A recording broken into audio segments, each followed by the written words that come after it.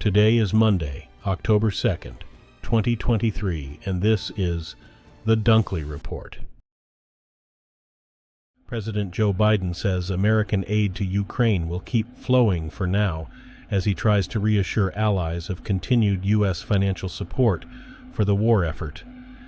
But he said from the White House on Sunday that time is running out as he warned Congress to act. Biden said, "We cannot under any circumstances allow American for Ukraine to be interrupted." He spoke from the White House after Congress voted late Saturday to avert a government shutdown by passing a short-term funding package that dropped assistance for Ukraine in the fight against Russia. The measure lasts until mid-November. Biden urged Congress to negotiate an aid package as soon as possible. The Turkish Defense Ministry says its warplanes have carried out raids on suspected Kurdish rebel targets in northern Iraq, following a suicide attack on a government building in the Turkish capital. A ministry statement said Sunday that some 20 targets of the Kurdistan Workers' Party, or PKK, were destroyed in the aerial operation, including caves, shelters, and depots. Earlier, a suicide bomber detonated an explosive device near an entrance of the Interior Ministry, injuring 2 police officers. A second assailant was killed in a shootout with police Sunday, the Interior Minister said. A news agency close to the PKK said the group has claimed responsibility for the suicide bombing. The devastation of this year's monsoon season in India has been significant, with over 400 deaths and more property damage in the Himalayan state of Himachal Pradesh in a single season than the last 5 years combined. Human-caused climate change is making rain more extreme in the region, and scientists warn states should expect more unpredictable and heavy monsoons like this one. But the damage is also exacerbated by developers paying little mind to environmental regulations and building codes. When building on flood and earthquake-prone land, states are working on preparedness programs, but it comes too late for many who are already facing heavy losses.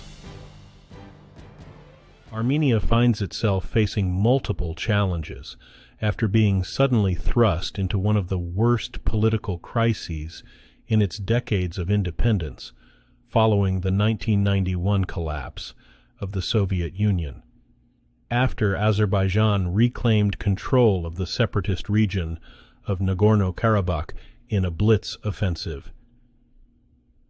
Tens of thousands of ethnic Armenians have flooded over its borders. In Armenia's capital of Yerevan, swarms of protesters are demanding the Prime Minister's resignation. Relations with old ally Russia have frayed amid bitter mutual accusations. At the same time, Armenia faces potential new threats from Azerbaijan, which has been emboldened by its operation to end 3 decades of Nagorno-Karabakh's self-proclaimed independence and could make tough new demands. The European Union's foreign policy chief has called on U.S. lawmakers to reconsider their decision to omit financial support for Ukraine from a stopgap budget created to halt a federal government shutdown. The legislation passed Saturday to keep the federal government running until November 17th dropped provisions on providing additional aid to Ukraine.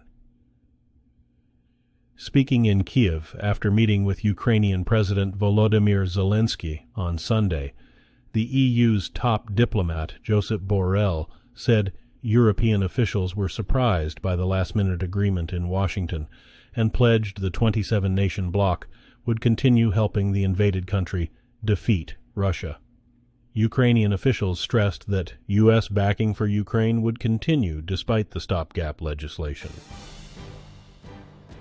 A populist former prime minister and his leftist party have won parliamentary elections in Slovakia, staging a political comeback after campaigning on a pro-Russian and anti-American message. Former Prime Minister Robert Fico and the leftist Smer, or Direction Party, took 22.9% of the vote, with 99.98% of the ballots counted. The election was a test for the small Eastern European country's support for neighboring Ukraine in its war with Russia, and the win by Fico could strain a fragile unity in the European Union and NATO. Fico vowed to withdraw Slovakia's military support for Ukraine in Russia's war if his attempt to return to power succeeded. He says he's ready to open talks with other parties on forming a coalition government.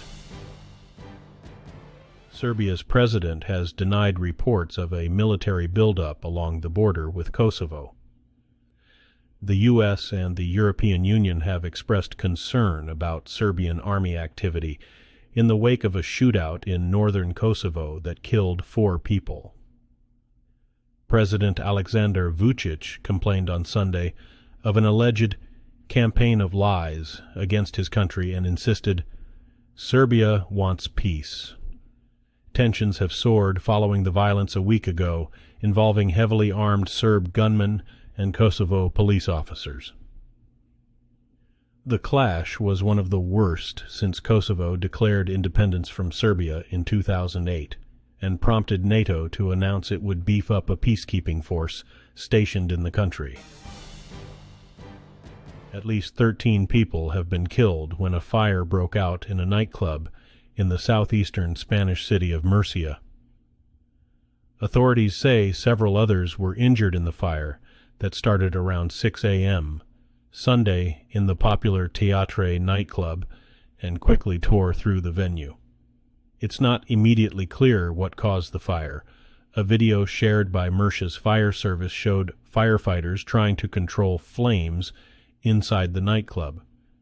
Officials say the death toll could increase. The city council declared 3 days of mourning with flags flown at half-staff on public buildings throughout the region of Murcia. At least 13 people have been killed when a fire broke out in a nightclub in the southeastern Spanish city of Murcia. Authorities say several others were injured in the fire that started around 6 a.m. Sunday in the popular Teatre nightclub and quickly tore through the venue. It's not immediately clear what caused the fire. A video shared by Murcia's fire service showed firefighters trying to control flames inside the nightclub. Officials say the death toll could increase. The city council declared 3 days of mourning with flags flown at half-staff on public buildings throughout the region of Murcia. Azerbaijan's prosecutor general says the country has issued an arrest warrant for former Nagorno-Karabakh separatist leader Arayik Harutyunyan. Harutyunyan led the breakaway region, which is internationally recognized as part of Azerbaijan, but was largely populated by ethnic Armenians between May 2020 and the beginning of September. Local media reported Sunday that Harutyunyan and the region's former military commander are accused of firing missiles on Azerbaijan's third-largest city, Ganja, during a war in late 2020. The announcement comes as Azerbaijan enforces its grip on the former breakaway state, following 3 decades of conflict and an offensive last month that has prompted a large-scale exodus of the region's ethnic Armenian inhabitants. Today's news was reported by the Associated Press. This has been the World News for Monday, October 2nd, 2023. Thanks again for joining us at The Dunkley Report,